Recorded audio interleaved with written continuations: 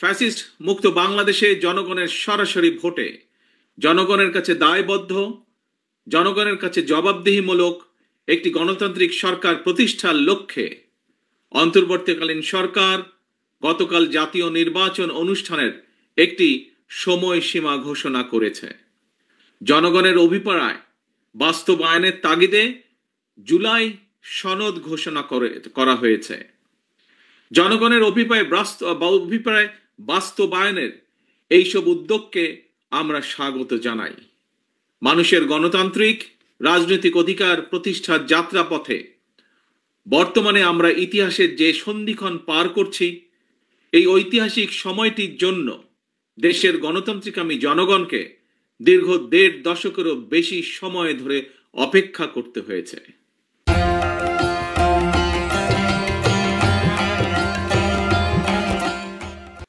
উপস্থিত ভাই বোনেরা, ফ্যাসিবাদ বিরোধী দীর্ঘ সময়ে এই আন্দোলনে আমরা আমাদের হাজারো সহকর্মী সহযোদ্ধাকে হারিয়েছি। আমাদের অনেক সন্তান স্বজনের বুকের তাজা রক্ত দেখতে হয়েছে। বঞ্চিত হয়েছেন বাবা মায়ের জানাজা থেকে অনেকে। সন্তানকে ধরে নিয়ে যাওয়া হয়েছে, স্ত্রীর সামনে থেকে স্বামীকে ধরে নিয়ে যাওয়া হয়েছে, সন্তানের সামনে থেকে পিতাকে ধরে নিয়ে যাওয়া হয়েছে। গুম হয়ে যাওয়া এখনো বহু সন্তান পিতার জন্য অপলক চোখে অপেক্ষা করছে। প্রিয় ভাই বোনেরা, ফ্যাসিবাদ বিরোধী আন্দোলনের সময় বিএনপি সহ বিরোধী দল এবং মতের নেতাকর্মী সমর্থকদের বিরুদ্ধে লক্ষ লক্ষ মিথ্যে এবং রাজনৈতিক উদ্দেশ্য প্রণোদিত মামলা দেওয়া হয়েছে। বিএনপির এমন নেতাও রয়েছেন যাদের বিরুদ্ধে শতাধিক 200-300 মামলাও রয়েছে, এমনকি 4 শতাধিক মামলা রয়েছে। গুম অপহরণের শিকার হয়েছেন বিএনপি সহ বিরোধী দলের শত শত রাজনৈতিক নেতা কর্মী। শুধুমাত্র 2024-এর গণ অভ্যুত্থানে 1,500-এরও বেশি মানুষকে হত্যা করা হয়েছে।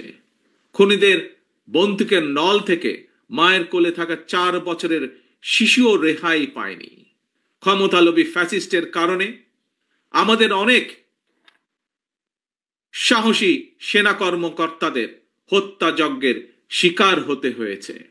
বিডিআরের নাম পর্যন্ত পাল্টে দেওয়া হয়েছে, ভেঙে দেওয়া হয়েছে আইন শৃঙ্খলা রক্ষাকারী বাহিনী পুলিশের মনোবল। প্রিয় দেশবাসী, পতিত পরাজিত পলাতক স্বৈরাচারের আমলে দেশে অন্ধকারের রাজত্ব কায়েম করা হয়েছিল। সুতরাং আমি বলবো, আজকের এই মিছিল অন্ধকার থেকে বেরিয়ে আলোর পথে যাত্রা।